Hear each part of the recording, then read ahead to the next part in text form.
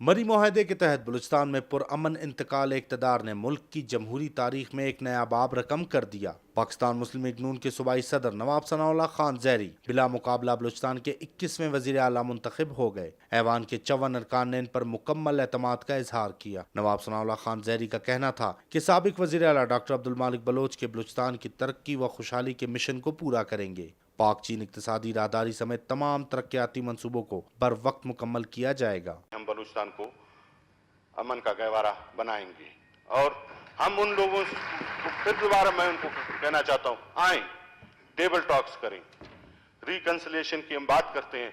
हमने मियाँ साहब का जो विजन है उसको हम आगे लेकर चलेंगे।